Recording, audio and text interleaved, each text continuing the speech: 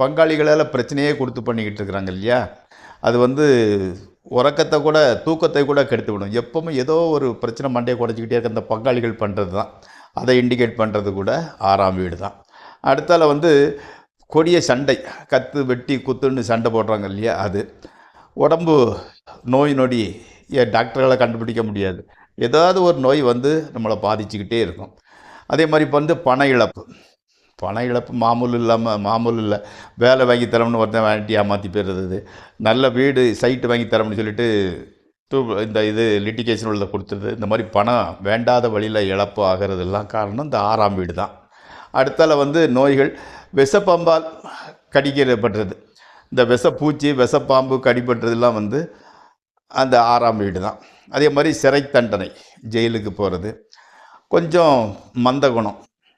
அந்த காலத்தில் வந்து வைசூரி சிக்கன் பாக்ஸ்ன்னு சொல்லுவாங்க. இப்போ அதை